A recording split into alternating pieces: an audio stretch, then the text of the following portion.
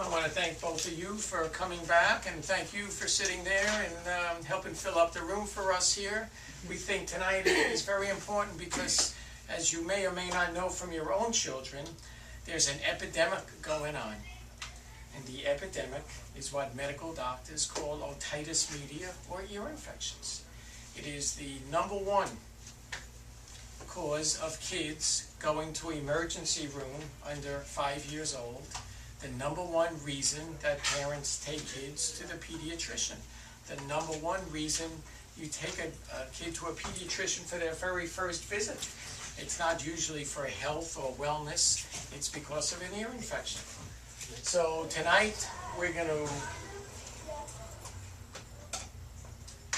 go through 3 things I think are very important. #1 is I want to teach you how kids get these ear infections. I want to teach you how we're going to treat them naturally. I want you to know that ear infections are just a sign that something is not right in your kid. In other words, it's, as I'm going to talk about later, it's the body and not the bug. We're always thinking, oh, which bacteria, which virus it is. But as we're going to understand, your child already has an immune problem or a weakness problem that allows the bacteria or virus to grow in them.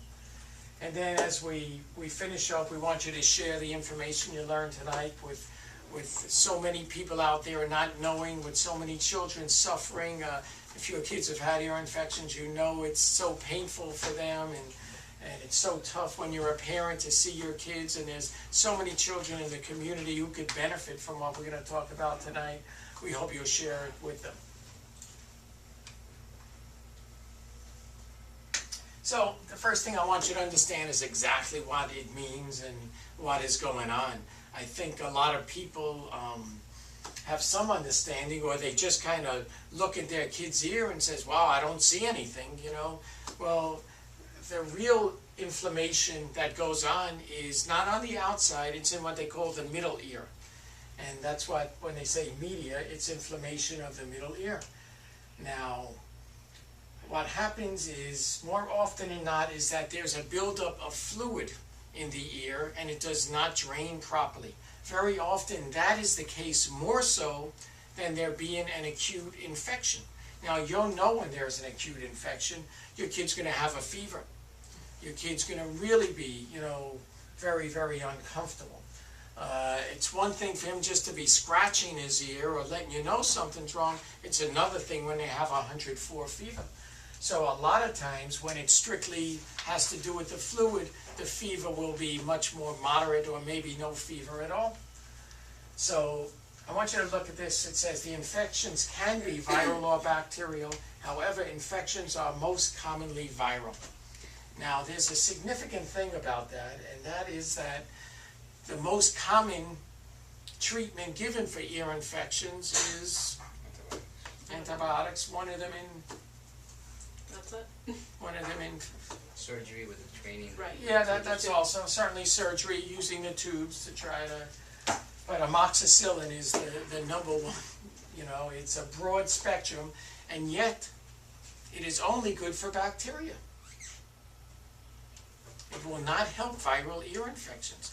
So unless a culture is done to find out what has come from, the doctor basically is just giving you that antibiotic, hoping that it's the right thing. Now, as we're going to talk about later on, those antibiotics do a lot of harm to the children's body.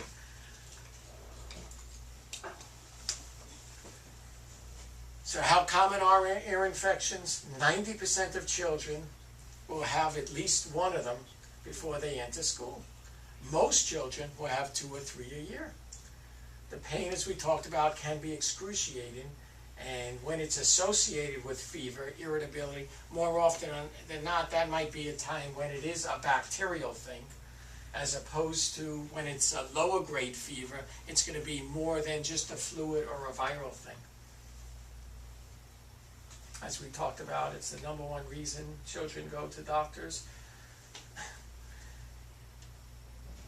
When I use the word epidemic, you can see the numbers. From 9.9 million in '75 to 30 million visits in 1997 just for ear infections. And even in spite of the fact that we're giving out the antibiotics, treatment and infections continue to soar. They're not treating the cause of the problem. Well, what is the cause of the problem? Is it the bacteria, the viruses? We're going to talk about what nerve interference is. Those of you, like George, has certainly been a patient there. You've been a chiropractic patient. You understand a little bit what nerve interference. Could it be an immune problem, or could it be a eustachian tube problem? Well, there are a lot of small nerves that leave the neck. They're responsible for the circulation as well as the small muscles that surround the ear itself. So we're going to see that it could be a physical thing, a tightening of the muscles, and that's where massage, and we'll talk about lymphatic drainage that we can do as parents, are helpful. But a blocked nerve impulses in the upper part of the neck will lower a child's resistance, making them more vulnerable to ear, nose, and throat infections. But what I want you to understand is that when there's a blockage of this nerve, the child's just not going to be in their best health, even if they're not sick.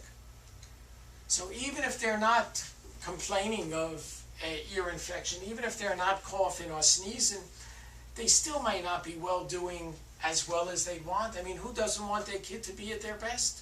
So your kid might be okay, but not at their best.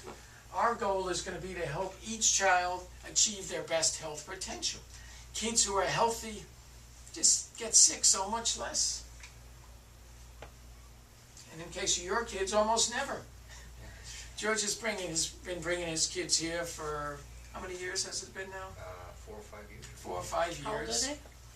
9, 7, and 4. Probably longer because we moved to the house.